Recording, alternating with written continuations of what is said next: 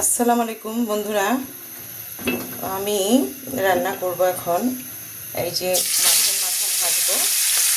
মাছের মাথা দিয়ে আমি আর মুগ ডাল দিয়ে মুড়ি ঘন্ট করবো। তাই হাতে একটু ভেজে নিচ্ছি মাথাটা।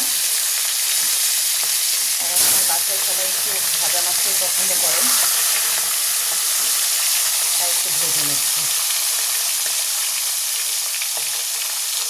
তারপর এই যে দেখি মুগ ডাল ভিজিয়ে রেখেছি, মুগ ডাল দিয়ে রান্না হবে। এখন আমি দিয়ে দিচ্ছি মাছ ভাজা শেষ, পেঁয়াজ কুচি দিয়ে দেবো। মাছটাকে একটু হালকা ভেজে নিয়েছি, আবার একটু কষিয়ে নেবো আর কি, তাহলে খেতে ভালো লাগে। পেঁয়াজ একটু ভাজা ভাজা হয়ে গেছে, এখন একটু মশলা দিয়ে দিচ্ছি। আদা রসুন পেস্ট করা আছে, আদা রসুন বাটাটা একটু 2 মিনিট জাস্ট আমি একটু কষিয়ে নেবো আর কি, আমরা কাঁচা কাঁচা গন্ধটা থাকছে না।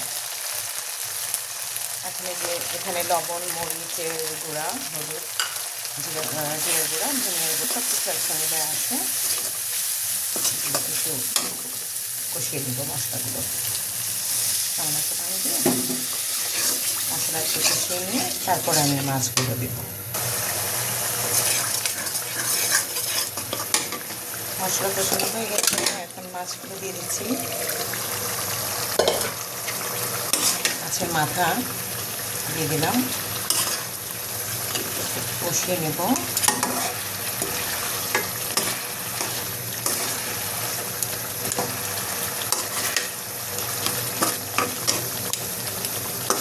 কষানোর পরে আমি ডালগুলো দেবো। মশলা কষানো শেষ, মাছগুলো উঠিয়ে রেখেছি। এখন আমি যে ডালগুলো দিয়েছি একটু কষিয়ে নেব।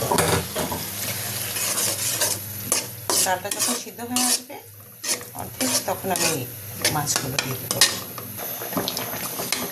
ডাল সিদ্ধ হয়ে গেছে প্রায়, আমি মাছগুলো দিয়ে দেবো।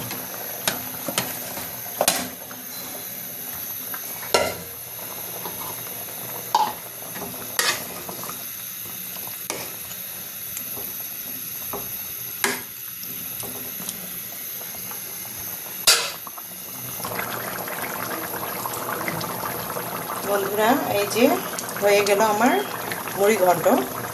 আমি একদম মাখা মাখা করবো না, কারণ খাওয়ার আগে এটাকে আবার একটু গরম করবো। এই যে এখন দিয়ে দিচ্ছি ভাজা জিরার গুঁড়ো, দিয়ে দিচ্ছি ধনে পাতা। এই যে মিশিয়ে নিব এখন। মাশাআল্লাহ, খুব সুন্দর হয়েছে দেখেন আমার মুড়ি ঘন্ট।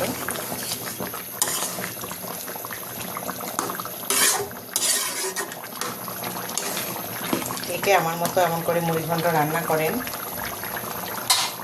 কমেন্ট বক্সে জানাবেন বন্ধুরা, কেমন হলো আমার মুড়ি ঘন্ট। চুলাটাও তো ভালো থাকবেন আপনারা, সুস্থ থাকবেন, সুন্দর থাকবেন। আল্লাহ হাফেজ।